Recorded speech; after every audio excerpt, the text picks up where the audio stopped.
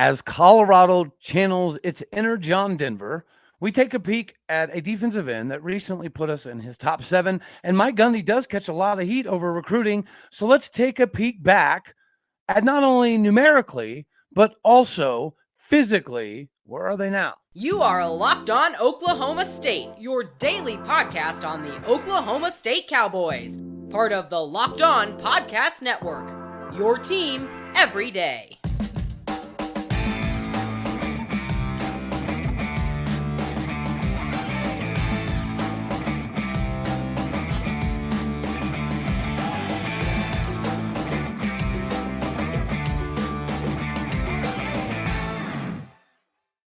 Howdy, y'all, and hello, all. Welcome back to Locked On Oklahoma State, your daily stop for all things cowboy and cowgirl related. My name is Cody Stovall. I want to thank you kindly for stopping by to make this your first listen here on Locked On Oklahoma State. We are available on all of your podcasting platforms, as well as visually on YouTube. You can find me on Twitter at AllDayOState. So we'll jump right into this one. John Denver is famous for a lot of things, especially in the Colorado area, but he's also very famous in West Virginia because of his song, Country Roads Take Me Home.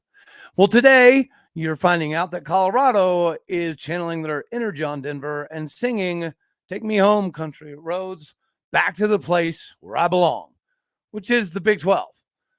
Their move to the Pac-12, for whatever pretentiousness they wanted it to end up being, didn't pan out. And I've said before, I know from a fan perspective, there's a lot of fans that miss the Big 12, that want to be in the Big 12 from Colorado. I can't speak necessarily on a bunch of other fan bases, but I know Colorado fans definitely miss the days of the Big 12. So it looks like they're finally coming home after some of the reports you're seeing, like Washington State being in such a terrible financial situation that they're going to have to squeeze money, move money around, not pay certain people certain amounts. They're going to have to cut funds, cut staff, cut people, whatever, because of the mismanagement of the athletic budget. Well, it's partially because they're not making enough money. It's also partially because everyone in the Pac-12 currently owes approximately $4.5 to $5 million a pop to Comcast for a bad TV type of deal. So the Pac, as we've talked about, has been in a precarious situation for quite some time now. You are seeing a lot of people, pump the chest of the Pac-12 is going to survive. We are not disillusioned to the idea that the Pac-12 is going to survive at all. We've had a decent amount of conversations about how I feel Colorado and Arizona are just a foregone conclusion, and it's only a matter of time. I did maybe think that Arizona would come before Colorado, but nonetheless, whatever. It's the domino that is necessary to fall for everything to end up being what it's going to be, right? The Pac-12 is simply prolonging the inevitable by pretending things aren't what they are. And if you noticed yesterday, there wasn't a lot of Pac-12 media coming out saying, oh, this isn't true. Colorado's never going nowhere. Usually when there's smoke, there's fire. Not always. But there's been a lot of smoke for quite some time. And they've been pretending there's no fire. Clearly, it is what it is. So because we've covered it ad nauseum, and we know Arizona and Colorado are a foregone conclusion at some point in time to join the Big 12, we're going to jump off of that horse. A horse we need to jump on real quick, because I teased a little bit yesterday, is we have recently been on the recruiting trail, right? We've covered a decent amount of time about how Brian Nardo is phenomenal out on the trail, and he's going to continue to be so. Well, we recently made the cut, the top 7 for Texas edge rusher, defensive end Edward Smith. Now, what's interesting about Smith is when you look at the film, it's perplexing. Now, I've got more to sift through. I'm not done, obviously. But when you initially see 6'6", 250 pounds, and holding over 20 big-time offers, you want to get lost in the film.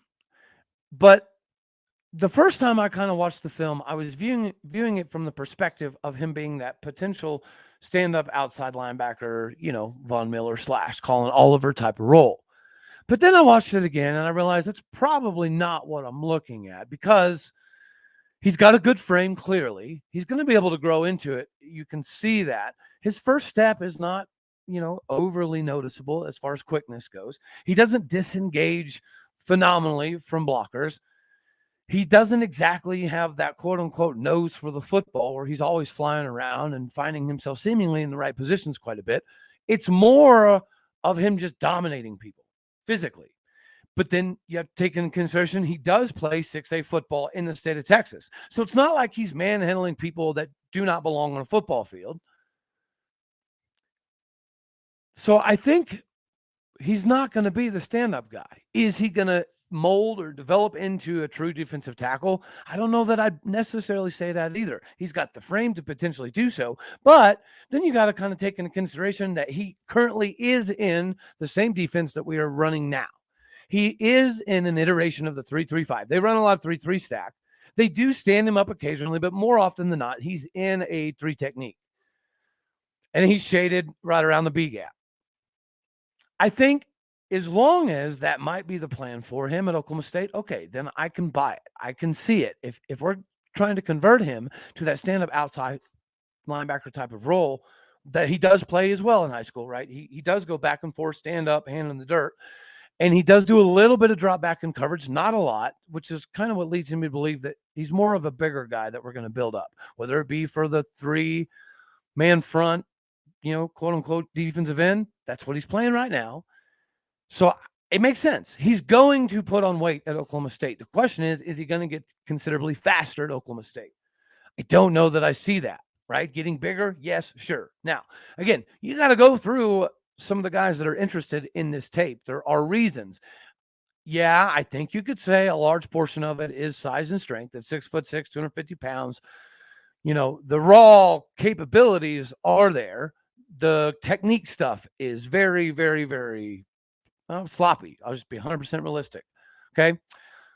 But when you've got guys, okay, SMU, sure, cute story, not quite. Oregon State, yeah, they've had like one good year in the last 793,000 decades. Okay, cool, good story, but not viable. Nebraska, I don't see it. You get playing time at these places. Yes, sure, absolutely. Indiana, playing time. Yes, sure, absolutely. Good fits? No. What you're looking for to get better? No. Cutting out Kansas State out of the top 10, that's pretty surprising. Cutting Baylor and Colorado loose this early on, to me, well, again, a little bit surprising.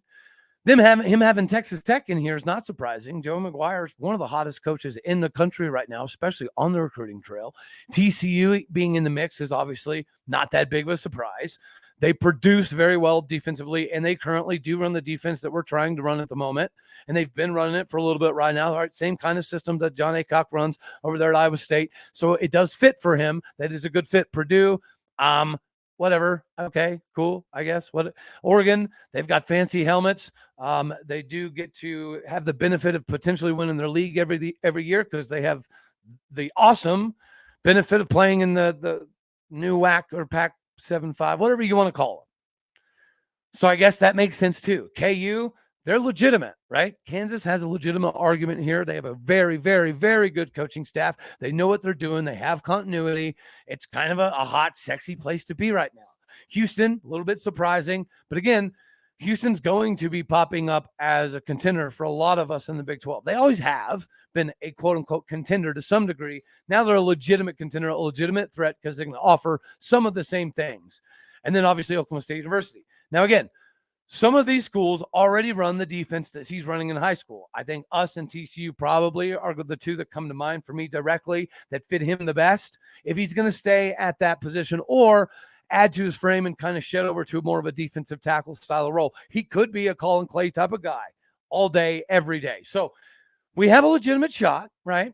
The top 7 thing seems, again, a little bit odd to me. If I were to guess, I would almost guess that Purdue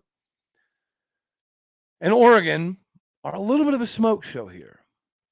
Now, of course, that leads all Big 12 schools, and so you're going to naturally say, Cody, you're very Big 12 oriented. That's why you're leaning Big 12. That could be fair, but again, it just I don't see him as a fit at Purdue.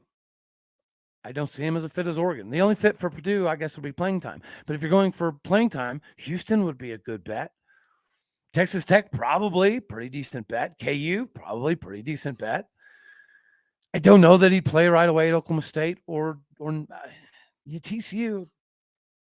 I don't know. I go back and forth, but The top 7 thing is perplexing. Yeah, of course. When he narrows down his top 5, that's really when the show will begin. But again, as long as you have the right personnel to run this style of defense, sometimes you'll have the right guys pop through, and he's one of those. Another thing that should pop through in your life has got to be Birddogs, ladies and gentlemen.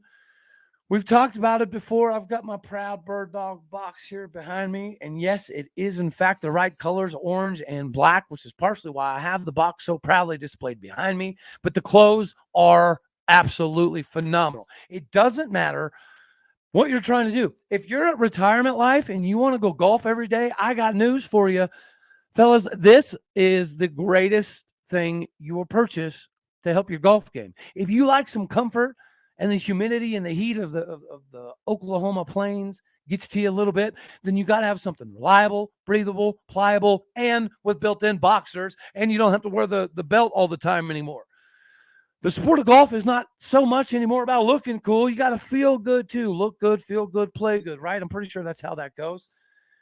So now get out there and you can do it. And if you're a young cat, I know for a certainty that Birddogs is very, very, very popular right now in fraternities. So doesn't matter where you are in life, whether you're trying to look good, feel good, play good, Birddogs does all of it for you, and it adds the comfort that you literally cannot find anywhere else. They send us products and said, you tell us how good they are. Point blank, period. That's it. And they're really that good. And right now, go to birddogs.com/lockedoncollege, lockedoncollege, all being one word. Use that promo code today to buy yourself the baddest Yeti, Mama Jamma tumbler on the earth right now with the Birddogs logos. Not only the bird, but also the Birddogs verbiage as well. It's a home run. It is an absolute home run. It's a safety. It's a touchdown and a 2-point conversion. It's holding somebody to love. See, I'm throwing tennis in there when I can. Birddogs is the perfect fit for where you're at in life, no matter what part of life you're in. Go get yourself hooked up on some Birddogs, and you can thank me later and let me know. Let me know on Twitter. Hit me up in the DMs, comments, whatever, and tell me about your Built Bars experience, your Birddogs experience, because I appreciate all of them. So now we get to the meat and taters. Yeah, I made you all hang around a bit for this one. So Mike Gundy does, in fact, catch a lot of heat for recruiting. And most of it, it's deservedly so, okay? When you look at the average, we're going to stick with basically just 247 here. We're not going to, jump all around. But by and large, Oklahoma State's average class over the last decade is like 35, 36. That's pretty standard. I've seen some publications that have us at 33. I've seen some that have us at net average of 39, right? So 35, 36, right around that range. It's pretty common for Oklahoma State recruiting. Our best class ever, according to 247, is 29. We've had classes in the 80s, 90s, 100s way back in the day, primarily really before recruiting service started, but we're in that realm.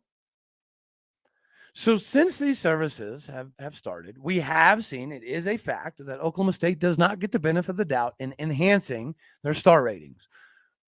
Most often, we have players that get rated 5 stars that commit to Texas A&M, and then they come to Oklahoma State and they're not 5 stars anymore, according to the recruiting services. We've had recently, that happened. That happened with a wide receiver recently. Committed OU, 5-star, great. Decommitted, went to OSU. Nope, not a 5-star anymore. That does happen. Not just Oklahoma State University. Imagine if you're an SMU or a TCU or even, I hate to say it out loud, but Boise. Boise does sometimes get some bona fide certified guys that are downgraded because they're choosing Boise over, say, Oregon State. It does happen. But more than the number, it's about the meat and taters section. It's about who not only stays on the roster, but who produces and then who has a successful career afterwards.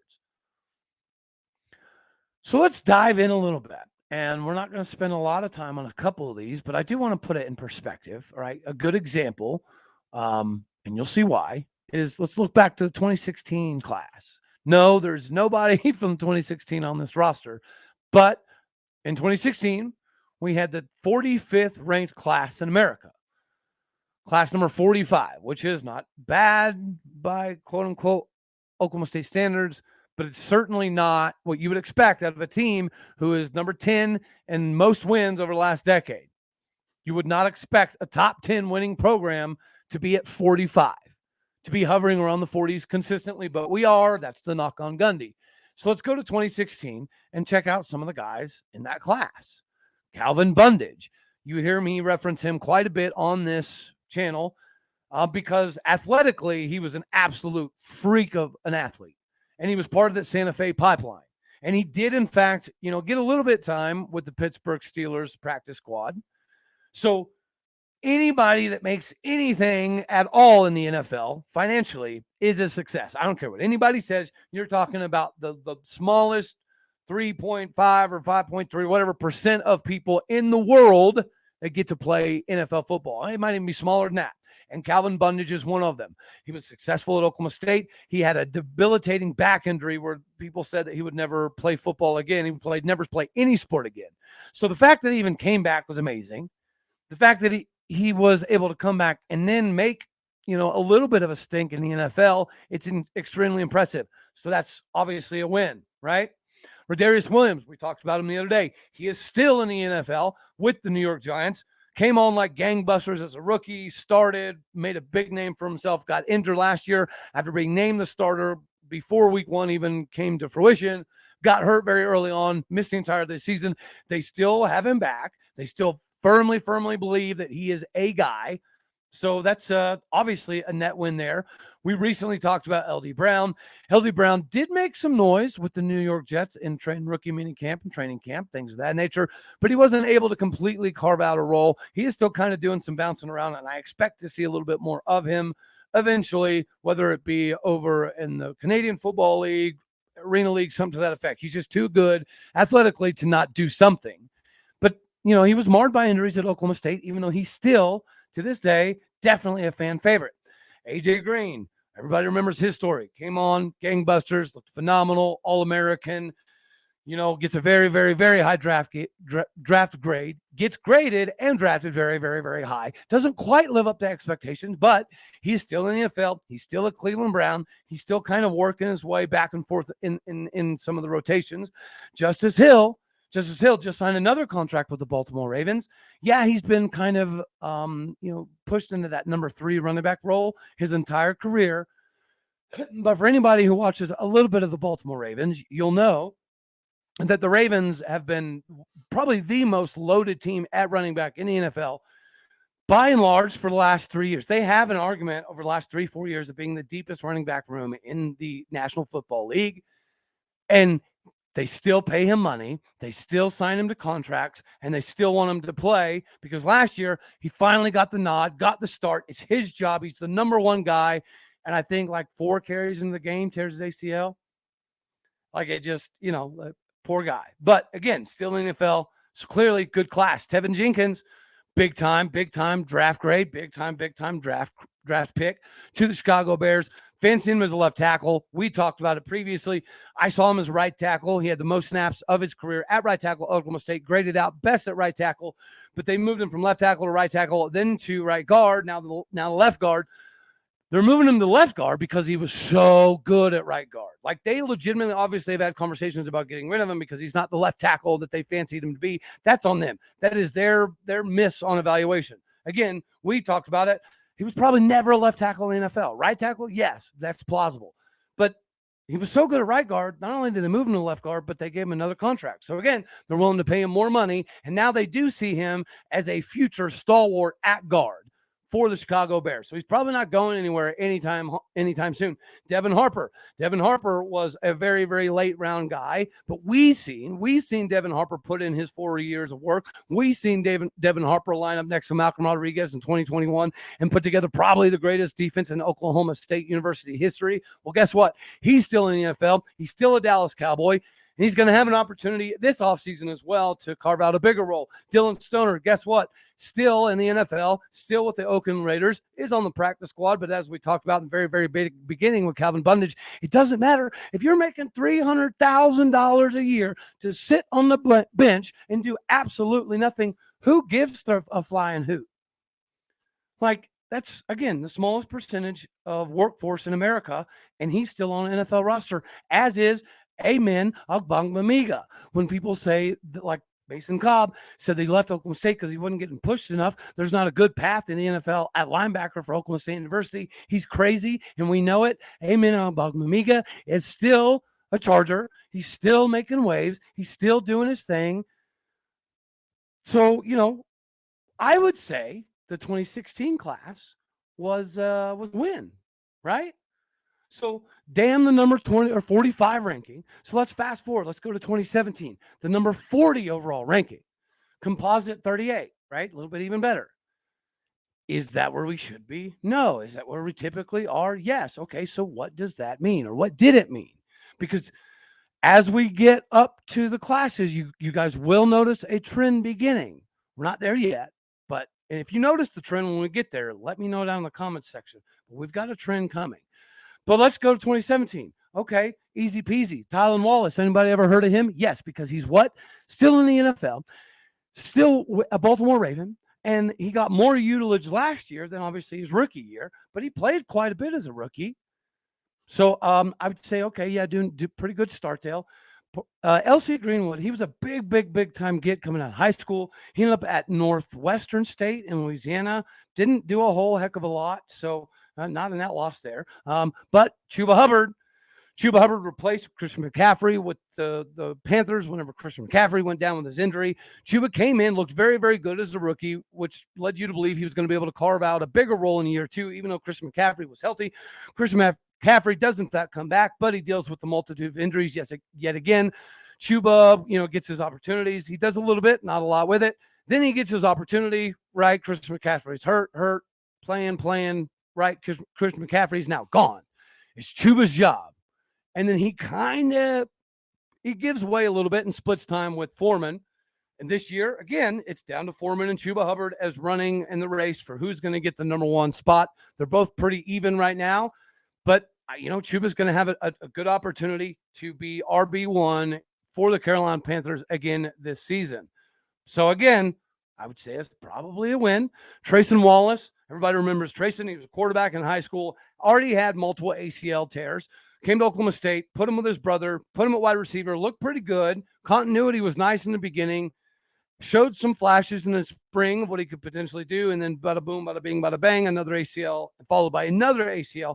So the poor guy had more ACL surgeries than he did years under his belt of eligibility. So he got into the coaching game, and he's still a coach on staff in Stillwater at this very moment. Jelani Woods, that hurts the heart. Everybody knows the story there. Brought him in as a quarterback, a pro-style quarterback out of Georgia. Came to Oklahoma State, played a year at quarterback, 6'7", 230. Got him up to, we couldn't keep him down weight-wise. He kept bumping up 240, 250, 255, 255, 255, 260. And then we made him a tight end. And then we kind of pushed him in the middle of nowhere, and we didn't use him. That's a McIndoe deal. We're not going to get into that right now. J.D. King went on to Southern Alabama or South Alabama, had a pretty nice career. Brendan Evers, everybody knows him. He's currently having an opportunity right now to carve out a role in the NFL. We will see what happens as rookie OTAs and everything kind of get squared away here at the end. But he's in the NFL right now. He has an opportunity right now. So I'd say, again, that worked out. He was only a 3-star. Brock Martin's only a 3-star. Braden Johnson's only a 3-star. Brock Martin's with the Raiders right now. Obviously, he's going to have an opportunity to earn his spot on the roster or practice squad, whatever it may be. But again, here we are. Conversation. He's in the NFL. Braden Johnson, conversation with the Bills in the NFL. Tre Sterling got hurt last year after showing out quite well in rookie OTAs. Looked very, very, very good. I believe it was with the Packers. And then he tore his hamstring to all crud, missed the entire season. Is he going to have an opportunity this year? Yeah, I think so. I think somebody's going to give him at least a chance, right? And then we can talk about Malcolm Rodriguez if everybody wants to. Malcolm Rodriguez, 3-star. He was like a $175, $185 coming out of high school, wrestling champion. He was a dual threat guy. He was a quarterback that we fancied as potentially a free safety. Immediately moved him to strong safety. And then from strong safety, moved him to linebacker, outside linebacker, to inside linebacker. He just kept getting bigger and better every single year. And everybody knows his NFL story, so we don't have to, go that far. Baron Odom, another tight end that we missed out on, right? we had a couple guys. Tabo, we missed out on him. He was a pretty good get. It was cool to see what JD King did afterwards. Obviously, losing Johnny Woods isn't very fun. But again, you're not missing very many. And the guys that you hit on, they are all in the NFL. So I wanted to have this conversation because you guys know, like, I think that our recruiting numbers should be better. We should be a top 25 recruiting class year in, year out. No questions asked. You can't tell me that Stillwater is impossible to get people to. It's not the case. You can't tell me that Stillwater is not impossible to get people to the NFL to. Not the case. You can't tell me that Stillwater is not a place that you can come and win something. Winning games is important. We've got to step it up, and we've got to start winning conference titles with it. But don't get wrapped up all the time in the number, because not all the time is the number indicative of the product that you can produce on the field. I mean, that we all do that. That happens to all of us. So we've got more classes to dive into that will become more trending. But the number of the class overall, it doesn't always tell the story. The film typically does, but again, not always. There's lots of layers you got to sift through to figure stuff out. But the hit rate, historically, is pretty good for Oklahoma State. We'll see if that trend continues, and we'll see if we can finally kind of break through that top 25 door this year. We're close. We've been hovering between 27, 26, and 31, 32-ish thus far. There's some guys out there that'll make it better. All righty, y'all. That's all we got for this one. Until next time, I love y'all. God bless. Go Pokes. And I'll see y'all later. Thank you for tuning in to make this your first listen here on Locked On Oklahoma State.